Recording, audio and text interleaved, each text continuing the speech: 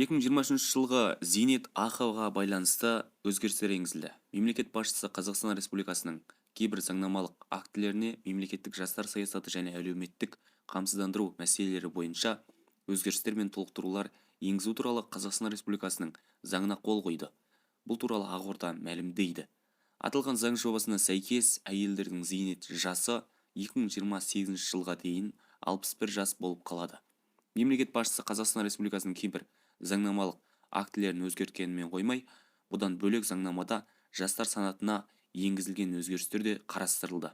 Енді 35 жасқа дейінгі барлық азаматтар жастар болып есептелетін еді.